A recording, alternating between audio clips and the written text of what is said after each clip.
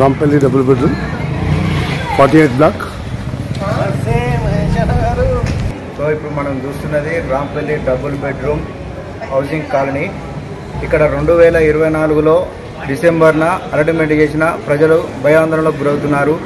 ఎందుకంటే ఇక్కడ అలాట్మెంట్ చేసినది డమ్మీ వెరిఫికేషన్ చాలా అవుతున్నాయి. ఇంకోటి ఏంటంటే ఇక్కడ ఇండ్లను అలాట్మెంట్ చేసినా కానీ ఇక్కడ డీజీ సమస్య ఉంది, జనరేటర్ సమస్య, లిఫ్ట్ సమస్య, ప్రతి ఒక్క సమస్య ప్రజలను భయాందోళనకు గురి చేస్తుంది. ముఖ్యంగా ఏంటంటే ఇక్కడ గవర్నమెంట్ అధికారి ఉన్నా, ఏఈ గారు ఉన్నా, వారు మున్సిపల్ అధికారి ఉన్నా, సురేందర్ రెడ్డి గారు వారి ఆధ్వర్యంలో ఉన్న ఇవి జనరేటర్ కానీ ప్రజలకు అందుబాటులో లేకుండా చూస్తున్నారు. వీటిని హ్యాండ్ ఓవర్ కూడా చేయలేదు.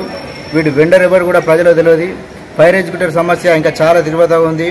ఏమన్నా ఫైర్ అయితే ప్రజలు ఎట్లా వాడాలి ఏందనేది కూడా హ్యాండ్ ఓవర్ చేయలేదు.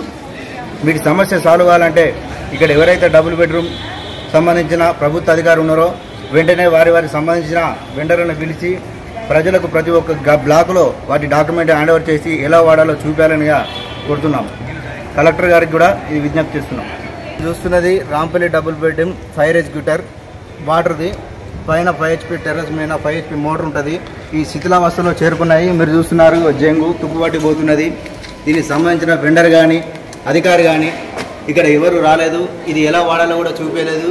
ఇవన్నీ 52 బ్లాక్స్ ఆల్ ఇన్ఛార్జీలు సురేందర్ కనసైగలో నడుస్తున్నారు.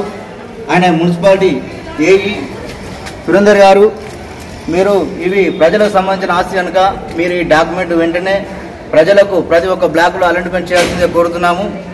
అలాగే డాక్యుమెంట్ తప్పనిసరి. అలాగే వీటి వెండర్లను పిలిచి ప్రజలకు ఏ విధంగా వాడాలి మీరు గైడ్లైన్స్ ఇవ్వగలరని కోరుతున్నాం. మరిన్ని అప్డేట్స్ కోసం మా ఛానల్ని సబ్స్క్రైబ్ చేయండి.